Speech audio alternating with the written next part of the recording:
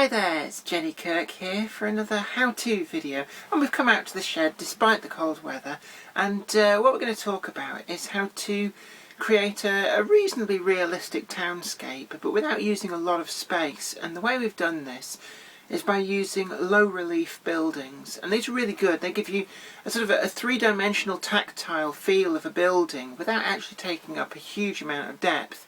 Because usually with model railways you really want to use as much of the space as you can for the railway itself.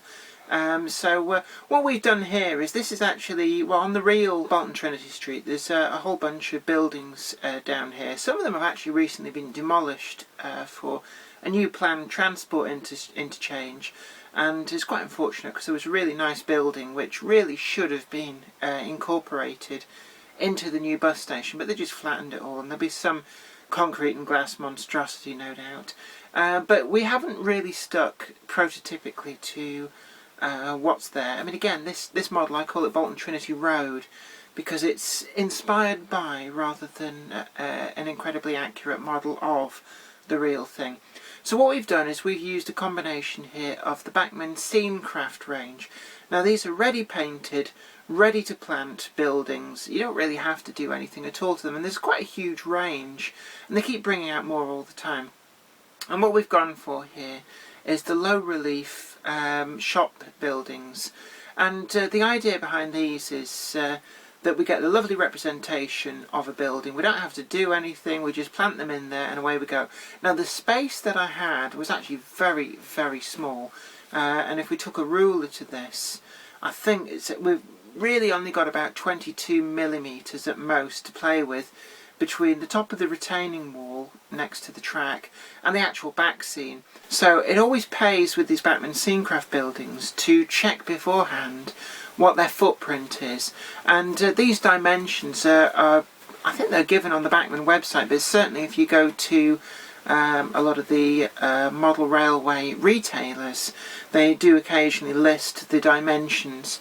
And with these, I picked these two because they're about 19 millimeters in depth, so they fit perfectly in that space. Now it doesn't matter that there isn't actually space for, theoretically, a real human to walk in front of them. The eye won't notice that, and we're creating an illusion of depth by doing this. And what we've done is we've made sure that they're on a level footing, and then we've just glued them in there. I used some PVA glue, so they can actually be liberated quite easily, but they're not going to move around. Now these can be a bit of an expensive way of filling a lot of space. As I said before, for those people who don't feel up to building something or painting something, they're perfect, but you do pay for that privilege.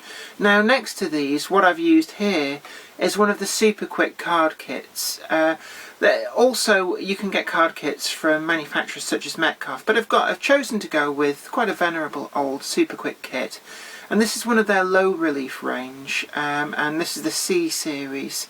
And what I've done is I've picked here the one that includes their ABC, Associated British Cinemas cinema. And the idea behind this is, ultimately, I want to turn this cinema into a bingo hall, which would probably be a more prototypical use for such a building in the 1980s. So I've done some research, and it would probably be something like a Coral Social Club or a Granada Social Club, given that this is the Northwest. I've yet to do that, but I thought it'd be the perfect building to form a basis for that. And what I've done is I've built up this kit loosely to the instructions. I say loosely, I've reorganised the order that they're in here, because the cinema can be made to be a lot thinner, and because the retaining wall curves in here, I've adapted the kit to fit the space.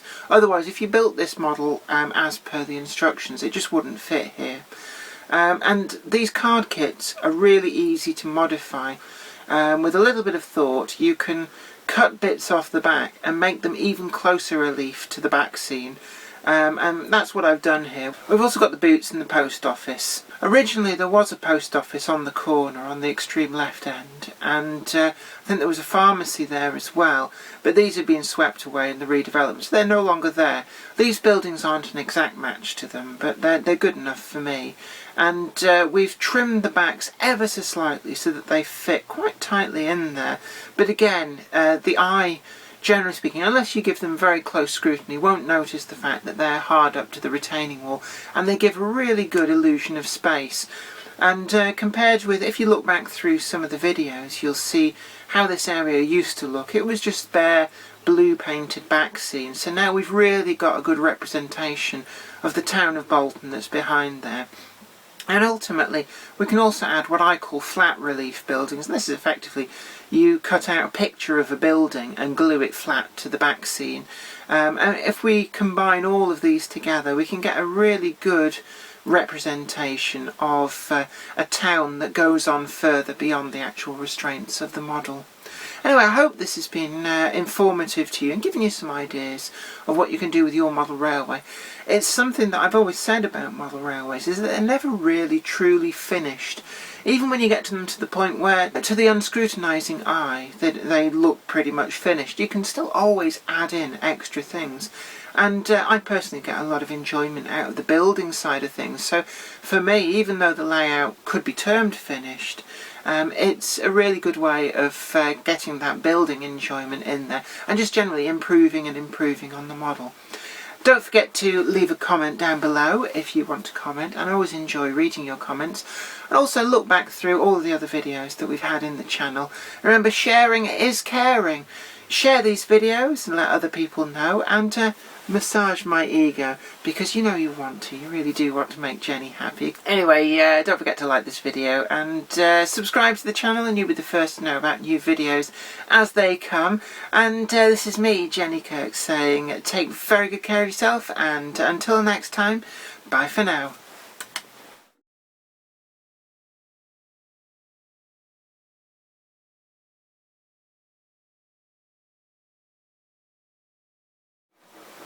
Might want to shut the door on that noise.